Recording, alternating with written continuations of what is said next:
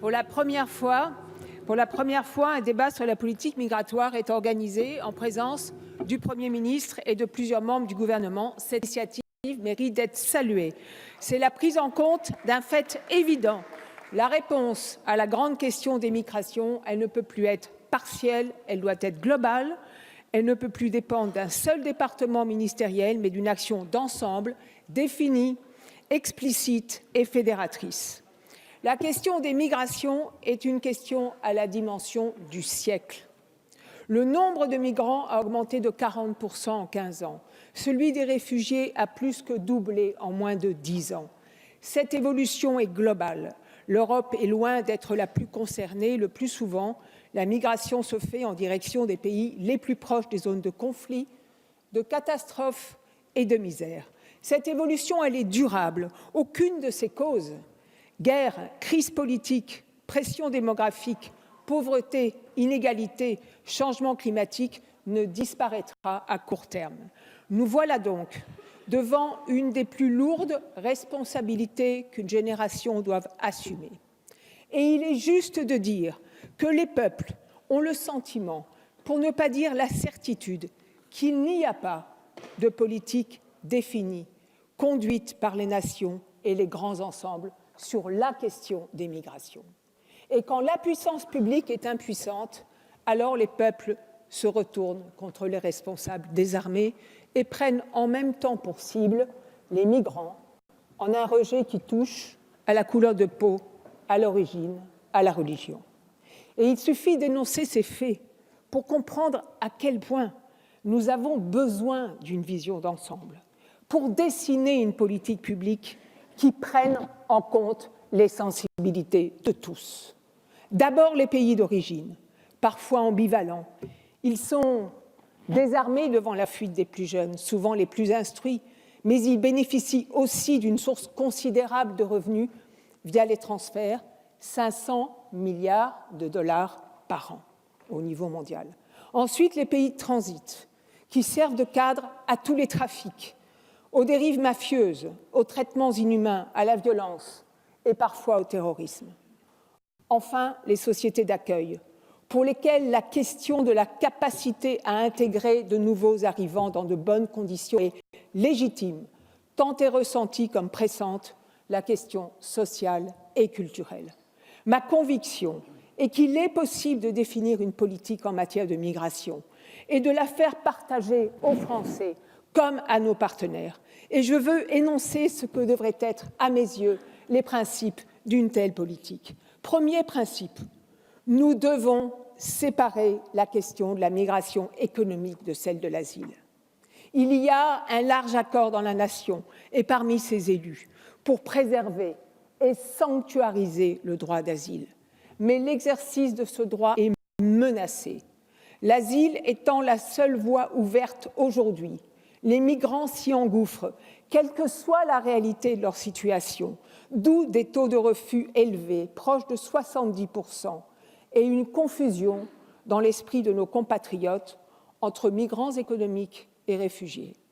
Et faute de règles communes au sein de l'Union européenne, un très grand nombre des demandes d'asile enregistrées en France sont en réalité des demandes refusées chez nos voisins. La conclusion, elle est évidente. L'urgence est à recentrer notre politique de l'asile et à le faire dans un cadre européen harmonisé. Je plaide pour que soit établie entre pays européens, entre démocraties européennes de plein exercice, une reconnaissance mutuelle des décisions prises sur l'asile. Ainsi sera évité le réexamen des dossiers déjà traités par un partenaire européen. Je plaide pour faire converger nos taux de reconnaissance. Deux demandeurs d'asile afghans sur 3 reçoivent un statut en France, moins d'1 sur 2 en Allemagne, 1 sur 3 en Suède. Rien ne justifie que des États de droit, des démocraties appliquant les mêmes textes internationaux et européens arrivent à des résultats si divergents. Et de la même manière, il nous faut faire converger nos procédures et nos pratiques en matière d'accueil, d'aide, de conditions d'hébergement, d'accès au travail et en matière de délai de réponse. Pour des raisons d'efficacité, bien sûr, mais avant tout pour des raisons humaines, ces délais doivent être réduits. Nous sommes encore aujourd'hui en France à plus de 12 mois, c'est beaucoup trop long. Et il y a enfin le retour de ceux qui sont déboutés. La situation n'est pas satisfaisante pour notre pays. Il nous faut une politique de retour plus efficace qui se rapproche des procédures pratiquées par de nombreux pays européens. Enfin, il faut que nous, Européens, soyons solidaires des pays de destination et des pays en première ligne pour le premier accueil. Aucun pays européen ne devrait pouvoir être abandonné seul face aux crises migratoires, comme ce fut le cas pour l'Italie et pour la Grèce.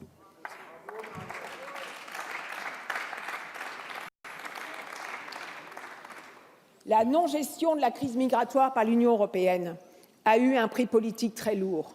Quelles que soient les difficultés, nous devons bâtir une véritable politique commune de l'asile en Europe et le faire vite.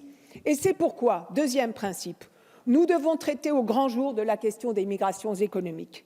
Actuellement, les migrants économiques entrent le plus souvent sur notre sol de manière illégale ou s'y maintiennent de la sorte après expiration du visa. Et puis, ils survivent en situation irrégulière et ils sont finalement régularisés. Ce mode de fonctionnement pérennise l'installation illégale de migrants sur le sol français. Ceux qui sont en situation irrégulière ne vont évidemment pas faire des allers et retours volontaires avec leur pays d'origine. L'hypocrisie générale en cette matière n'aide personne et paralyse la réflexion depuis trop longtemps. Il est temps de dessiner une autre vision et de débattre enfin de l'ouverture de voies légales pour la migration du travail. Notre dispositif légal en la matière, il est un des plus faibles de toute l'Europe et il ne fonctionne pas. C'est parfaitement illustré par cette fameuse liste des métiers en tension, jamais revisitée depuis 2008.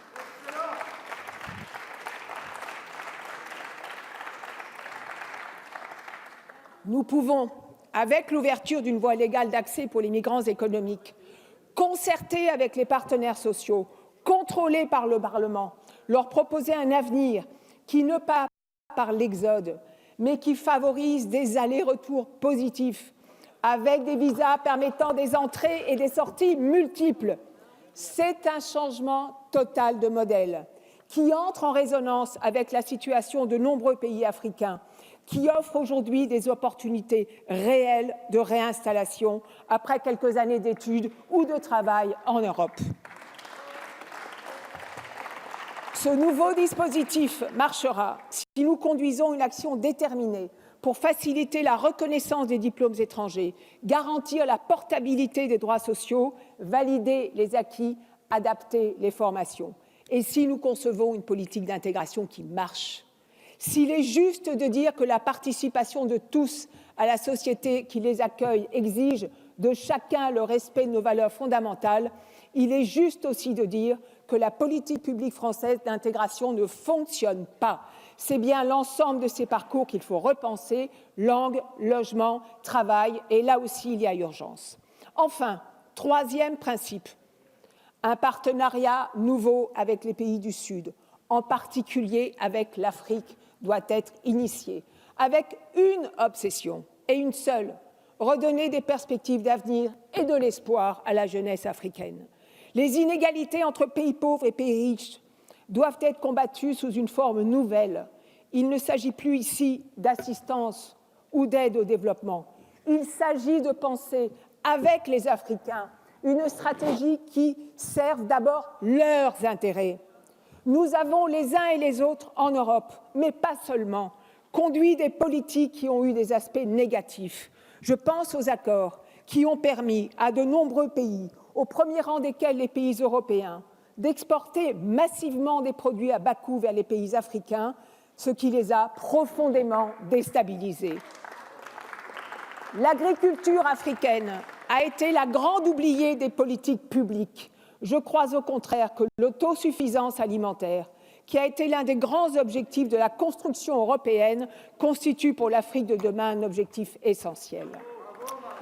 Et l'Afrique continue de subir le pillage de ses ressources naturelles par de grandes puissances qui les exploitent et les transforment à leur seul bénéfice. Résultat, avec 30% des ressources naturelles mondiales, l'Afrique subsaharienne ne produit sur sol que 3% de la richesse économique mondiale.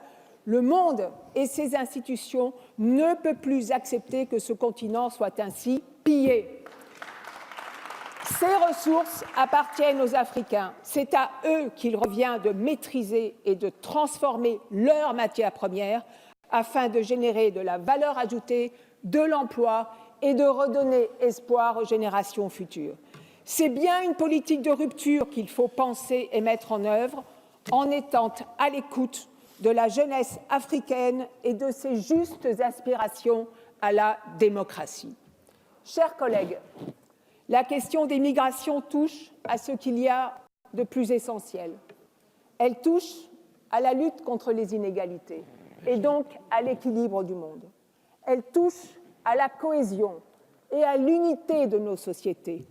Elle touche enfin à la capacité qu'auront demain les peuples de vivre ensemble sur une même planète. C'est notre devoir et c'est notre responsabilité que d'y répondre. Je vous remercie.